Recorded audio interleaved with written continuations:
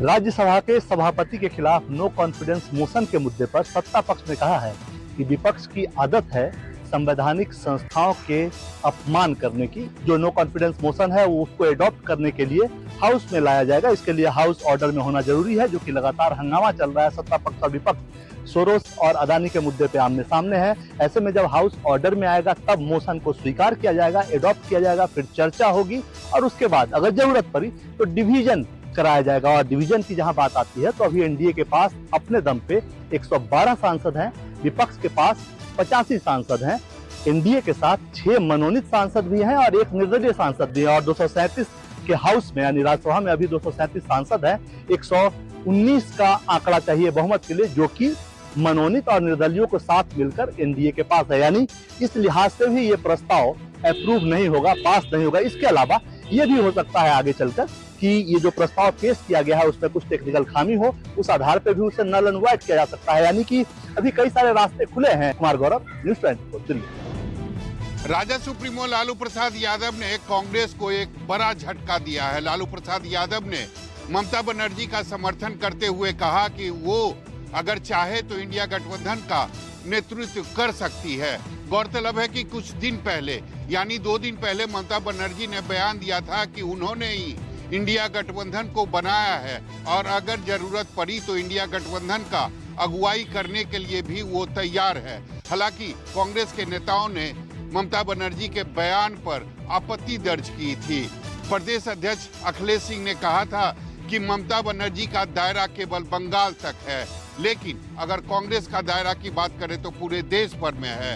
हालांकि कांग्रेस पार्टी जो है वह लालू प्रसाद यादव के बयान का विरोध कर रही है, लेकिन लालू प्रसाद यादव ने समर्थन में यानी ममता बनर्जी के समर्थन में कहा कि निश्चित तौर पर ममता बनर्जी चाहे तो इंडिया गठबंधन का अगुवाई कर सकती है। कैमरामैन ऋषि के साथ सौरभ कुमार, पटना, न्यूज़ 24। महाराष्ट्र विधानसभा चुनाव में महायुति को मिली प्रचंड जीत के बाद विपक्ष लगातार ईवीएम को लेकर आक्रामक है। आज शरद पवार ने दिल्ली स्थित अपने आवास पर पार्टी के नेताओं की बैठक बुलाई है। इस बैठक में हारे हुए एमबीए के प्रत्याशी भी शामिल होंगे और जो जानकारी मिली है उसके मुताबिक इस मीटिंग में वकील अभिषेक मनु सिंघवी भी उपस्थित रहेंगे। बैठक में चुनाव के परिणाम पर चर्चा की जाएगी। इसके अलावा ईवीएम पर आगे की क्या रणनीति हो वो तय किया जाएगा। दूसरी तरफ कांग्रेस पार्टी के प्रदेश अध्यक्ष नाना पटोले जो हैं वो सोलापुर के मरकरवाड़ी गांव जाएंगे और वहां पर ग्रामीणों से संवाद साधने वाले हैं। 2 दिन पहले ही एनसीपी एसपी के प्रमुख शरद पवार भी जो है मारकरवाड़ी गांव गए थे और यहां से उन्होंने चुनाव आयोग और केंद्र सरकार को निशाने पर लिया था। कैमरामैन दिलीप औरे के साथ राहुल पांडे, न्यूज़ 24, मुंबई। हिमाचल सरकार 11 दिसंबर को 2 साल का कार्यकाल पूरा करने जा रही है। बिलासपुर में आयोजित होने वाले कार्यक्रम के लिए सरकार ने पूरी तैयारी कर ली है। हाईकमान ने हिमाचल के प्रभारी राजीव शुक्ला को जिम्मा सौंपा है। राजीव शुक्ला के अलावा सह प्रभारी विदित चौधरी व चेतन चौहान भी कार्यक्रम में मौजूद रहेंगे। हिमाचल सरकार इस दिन अपनी कई योजनाओं की भी लॉन्चिंग करेगी। इसमें सुख शिक्षा योजना, गोबर खरीद की गारंटी को भी सरकार शुरू करेगी। तीसरी योजना 680 करोड़ की राजीव गांधी स्टार्टअप योजना को शुरू करेगी, जबकि हिम भोग नाम से मक्की के आटे को भी बाजार में उतारेगी। बिलासपुर में आयोजित होने वाली इस कार्यक्रम में 30,000 लोगों के शामिल होने की उम्मीद है। प्रदेश से लोग बसों में आएंगे। इसके लिए 550 के करीब बसों को बुक कर दिया गया है। आपको बता दें कि प्रदेश में अगले 3 वर्ष के दौरान सरकार की क्या प्राथमिकता रहेगी, इसका खुलासा मुख्यमंत्री सुखविंदर सिंह सुक्खू 11 दिसंबर को जनसभा के दौरान करेंगे। राजेश शर्मा, शिमला, न्यूज़ 24। यूपी के जनपद संभल में हुई हिंसा के मामले में मुख्यमंत्री योगी आदित्यनाथ के निर्देश के बाद पुलिस का उपद्रवियों के खिलाफ एक्शन लगातार जारी है। दरअसल जनपद संभल में हुई हिंसा के मामले में हाल फिलहाल पुलिस ने एक और पत्थरबाज को गिरफ्तार किया है। पुलिस ने सपा सांसद के मोहल्ले में भी चेकिंग अभियान चलाया है। 24 नवंबर को जामा मस्जिद के दोबारा सर्वे के दौरान भड़की हिंसा मामले में उपद्रवियों पर पुलिस का शिकंजा लगातार कसता जा रहा है। पुलिस ने एक और पत्थरबाज रफीउज्जमा को गिरफ्तार किया है। इस बीच पुलिस ने आरोपियों के घरों पर दबिश भी दी है, जहां पर काफी सारी चीजें भी बरामद की गई हैं। जानकारी के मुताबिक अभी तक पुलिस ने कुल 39 पत्थरबाजों को गिरफ्तार करके जेल भेज दिया है। संभल हिंसा के मामले में अन्य आरोपियों की शिनाख्त कर उनकी गिरफ्तारी के प्रयास भी लगातार किए जा रहे हैं। जानकारी के मुताबिक संभल हिंसा में पुलिस को कई इनपुट भी प्राप्त हुए हैं। कैमरा पर्सन मिंटू सिंह के साथ अशोक तिवारी, लखनऊ, न्यूज़ 24। बांग्लादेश में हिंदुओं के ऊपर में अत्याचार कब रुकेगा, ये सबसे बड़ा सवाल बना हुआ है। लगातार हिंदुओं के घरों को तोड़ा जा रहा है, मंदिर और इस्कॉन मंदिर को भी तोड़ा जा रहा है, जिसको लेकर पूरे कोलकाता में जगह जगह विरोध प्रदर्शन किया जा रहा है। मानव बंधन के द्वारा ये संदेश दिया जा रहा है कि बांग्लादेश हिंदुओं के साथ में, कोलकाता नहीं पूरे भारतवर्ष के हिंदू उनके साथ खड़े हैं। शुभेंदु अधिकारी लगातार विरोध प्रदर्शन कर रहे हैं। कुछ दिन पहले पेट्रापोल पे गए थे और उन्होंने 24 घंटे के लिए भारत से जो गाड़ियां बांग्लादेश जाती हैं, जिनमें खाने पीने के सामान, दवाइयां, मछली, कपड़े, पूरी तरह से 24 घंटे के लिए रोक लगा दिया गया था। एक बार फिर से शुभेंदु अधिकारी वसीर हाट के गोजाडांगा बॉर्डर पे यहाँ पे गाड़ियों की पूरी तरह से रोक लगाए हैं और इनका साफ तौर पे कहना है कि बांग्लादेश में जब तक शांति बहाल नहीं होती है, तब तक भारत से जो सामान जा रहा है उसको पूरी तरह से बंद नहीं किया जाएगा। तब तक बांग्लादेश का ऐसे ही यूं ही हरकत चलता रहेगा। कैमरामैन पंकज के साथ मनोज पांडे, न्यूज़ 24, कोलकाता। को लेकर के राजधानी लखनऊ में किया गया बड़ा प्रदर्शन। दरअसल बांग्लादेश में हिंदुओं के साथ हो रहे अत्याचार के विरोध में राजधानी लखनऊ में कई हिंदू संगठनों ने लखनऊ यूनिवर्सिटी से हजरतगंज तक जन आक्रोश रैली निकालकर विरोध प्रदर्शन कर पहुंचे। संगठनों में गायत्री परिवार, प्रजापति ईश्वरी ब्रह्म कुमारी संगठन, इस्कॉन मंदिर, जैन समाज, बौद्ध समाज, विश्व हिंदू परिषद, हिंदू जागरण मंच, बजरंग दल, ABVP, मजदूर संगठन, अधिवक्ता परिषद, संघ व भाजपा के कई नेता शामिल रहे। बांग्लादेश में हिंदुओं पर हो रहे अत्याचार को लेकर के पूरे भारत में यूनिट सरकार के खिलाफ विरोध प्रदर्शन किया जा रहा है। यहाँ आपको ये भी बता दें, प्रदर्शन कर रहे तमाम संगठनों ने एक सुर में कहा कि प्रधानमंत्री नरेंद्र मोदी बांग्लादेश के खिलाफ सख्त कदम उठाए, जिससे हिंदुओं पर हो रहे अत्याचार पर रोक लग सके। कैमरा पर्सन धर्मेंद्र साहू के साथ मनोज पांडे, लखनऊ, न्यूज़ 24। जम्मू कश्मीर में रह रहे रोहिंग्या को जम्मू कश्मीर से बाहर निकालने की मांग को लेकर शिवसेना डोगरा फ्रंट की ओर से विरोध प्रदर्शन किया जा रहा है। तस्वीरों में आप देखिए, यहाँ पर ये मांग डोगरा फ्रंट की ओर से की जा रही है कि बांग्लादेशी रोहिंग्या को जम्मू कश्मीर से बाहर निकालना चाहिए। आपको बता दें कि रोहिंग्या को लेकर जम्मू कश्मीर में राजनीति गरमा चुकी है। उमर अब्दुल्ला रोहिंग्या के समर्थन में आए हैं, फारूक अब्दुल्ला रोहिंग्या के समर्थन में आए हैं और उमर सरकार के मंत्री जावेद राणा ने भी रोहिंग्या का समर्थन किया है। इन तमाम नेताओं ने कहा है कि बिजली पानी काटना जो है वो उचित नहीं है। आपको बता दें कि प्रशासन ने जम्मू कश्मीर में अवैध रूप से रह रहे रोहिंग्याओं का बिजली पानी कनेक्शन जो है वो काट दिया था। और आपको बता दें कि बीजेपी ने जो है वो कहा है कि जम्मू कश्मीर में जो रोहिंग्या रह रहे हैं उनकी CBI से जांच करवानी चाहिए कि आखिर किसने इन्हें बताया है। डोगरा फ्रंट के नेताओं को और कार्यकर्ता यहाँ पर लगातार जो प्रोटेस्ट है वो कर रहे हैं। साफ तौर पर कह रहे हैं कि रोहिंग्या को यहाँ से जम्मू कश्मीर से बाहर निकालना चाहिए। लगातार विरोध प्रदर्शन किया जा रहा है। लेकिन आपको बता दें कि जम्मू कश्मीर में जो रोहिंग्या रह रहे हैं इनको लेकर जो है जम्मू कश्मीर में राजनीति गर्मा चुकी है। कैमरामैन जितेंद्र के साथ पंकज शर्मा, न्यूज़ 24, जम्मू।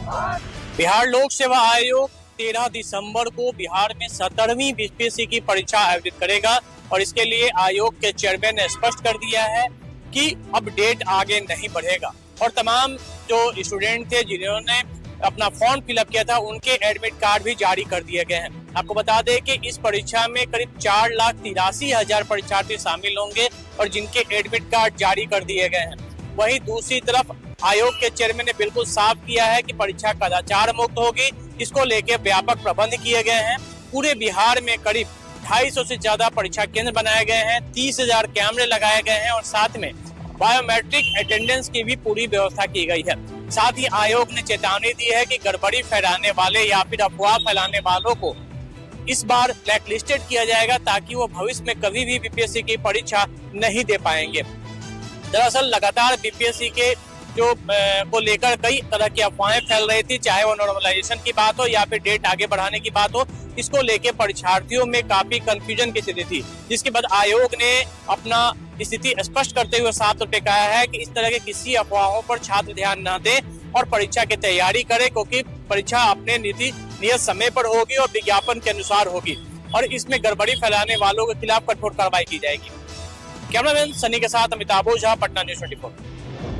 राजस्थान के दौसा जिले के कालीकाड़ इलाके में एक 5 साल का मासूम बोरवेल के गड्ढे में गिर गया है। यह बोरवेल का गड्ढा करीब 160 फीट गहरा बताया जा रहा है। पिछले 24 घंटे से NDRF, SDRF और सिविल डिफेंस की टीम के साथ पूरा प्रशासनिक महकमा इस बच्चे को सकुशल बाहर निकालने की तमाम तरह की कोशिशें कर रहा है। दरअसल इस बच्चे के पिता ने करीब 4 साल पहले अपने घर के जो परिसर था वहां पर बोरवेल का यह गड्ढा खुदवाया था और उसके बाद उसे बंद करना वे भूल गए थे। कल दोपहर को करीब 3 बजे यह बच्चा अचानक खेलते हुए बोरवेल के गड्ढे में गिर गया। 5 साल का मासूम आर्यन को तभी से लगातार बाहर निकालने की कोशिश की जा रही है। हालांकि अलग अलग तकनीक के जरिए इसे बाहर निकालने की कोशिश की गई है, लेकिन उसका कोई बड़ा फायदा नजर नहीं आया है। लेकिन अब प्रशासनिक महकमे ने वैज्ञानिक तरीके से इस बच्चे तक ऑक्सीजन पहुंचाने की कोशिश कर दी है। इसके अलावा कैमरे की सहायता से उसके जमीन के अंदर उसकी हरकत पर लगातार निगाहें रखी जा रही है। कैमरामैन विक्रम सिंह भाटी के साथ श्रीवत्सन, दौसा, न्यूज़ 24। बिजली विभाग के निजीकरण के खिलाफ आज से बिजली विभाग के कर्मचारियों और अभियंताओं ने अपना प्रदर्शन शुरू कर दिया है। आज कर्मचारी और अभियंता काली पट्टी बांधकर प्रदर्शन कर रहे हैं। दरअसल उत्तर प्रदेश सरकार यूपी पावर कॉर्पोरेशन को पब्लिक प्राइवेट पार्टनरशिप मॉडल पर चलाने के प्रस्ताव पर विचार कर रही है और इसके लिए लगातार बैठकें भी हो रही हैं। इसमें पूर्वांचल और दक्षिणांचल के निजीकरण का प्रस्ताव है। सरकार की तरफ से अभियंताओं को मनाने के लिए कई बार प्रयास किए गए, लेकिन अभियंता अब मानने को तैयार नहीं और वो आर पार की लड़ाई का मन बना चुके हैं। अभियंताओं के संगठन ने सरकार की तरफ से दिए गए तमाम प्रस्ताव को खारिज कर दिया है। विद्युत कर्मचारी संयुक्त संघर्ष समिति ने इस संबंध में बैठक करके ये फैसला लिया है कि वो निजीकरण का फैसला वापस होने तक अपना प्रदर्शन जारी रखेगी और ये प्रदर्शन कई चरणों में होगा। इसी कड़ी में आज कर्मचारी और अभियंता काली पट्टी बांधकर प्रदर्शन कर रहे हैं। संयुक्त संघर्ष समिति ने सरकार को चेतावनी दी है कि अगर निजीकरण का फैसला वापस नहीं होता तो पूरे प्रदेश में हड़ताल की जाएगी और उसको लेकर के 22 दिसंबर को लखनऊ में एक बैठक भी बुलाई गई है। मानस श्रीवास्तव, लखनऊ, न्यूज़ 24। बिहार की एक महिला वेट लिफ्टर ने बिहार वेट लिफ्टिंग एसोसिएशन के पूर्व अध्यक्ष अरुण कुमार केसरी के ऊपर गंभीर आरोप लगाए हैं। महिला का आरोप है कि पाटलिपुत्रा खेल परिसर में स्थित बिहार वेट लिफ्टिंग एसोसिएशन के दफ्तर में बुलाकर पूर्व अध्यक्ष अरुण कुमार केसरी ने उसके साथ दुर्व्यवहार किया और रेप करने की कोशिश भी की थी। किसी तरीके से वो जान बचाकर वहां से भागी और उसके बाद महिला पुलिस को इसने इन्फॉर्म की, डायल 112 पे खबर की, जिसके बाद मौके पर जब पुलिस पहुंची तो एसोसिएशन के पूर्व अध्यक्ष वहां से फरार हो चुके थे। इस मामले को लेकर कंकड़बाग थाने में महिला वेट लिफ्टर द्वारा एक FIR दर्ज कराई गई है, जिसके बाद पुलिस ने मामले की तहकीकात शुरू कर दी है। वेट लिफ्टिंग एसोसिएशन के दफ्तर को सील कर दिया है और इस मामले में अधिकारियों से जवाब तलब किया है। उन्होंने कहा है कि पुलिस मामले की जाँच कर रही है और जो भी दोषी होगा उसके खिलाफ कड़ी कार्रवाई की जाएगी। वहीं दूसरी तरफ महिला खिलाड़ी के साथ हुए इस बर्ताव को लेकर अब खिलाड़ियों में रोष व्याप्त है। एक तरफ जहां बिहार में खेल का माहौल बनाया जा रहा है, वहीं दूसरी तरफ इस घटना ने एक बार फिर अधिकारियों को शर्मसार कर दिया है। कैमरामैन सिंगार के साथ अमिताभ ओझा, पटना, न्यूज़ 24।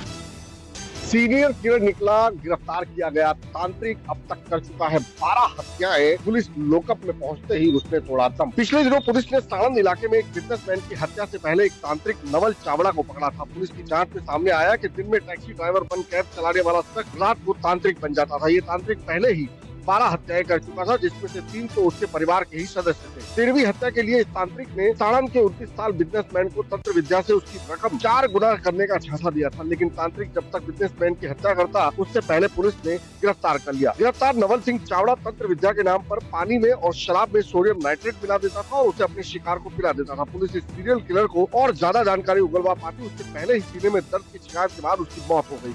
आरोपी ने पूछताछ में कुल 12 हत्याएं कबूली थी। इसमें उसकी अपनी मां, पत्नी और चाचा भी शामिल थे। नवल अपने सहयोगी जो कैब उसके साथ चलाता था उस मित्र की जानकारी के बाद में गिरफ्तार किया गया था और सरखेज के पुलिस लॉकअप में उसकी मौत हो गई। कैमरामैन के साथ भूपेंद्र सिंह, अहमदाबाद, न्यूज़ 24।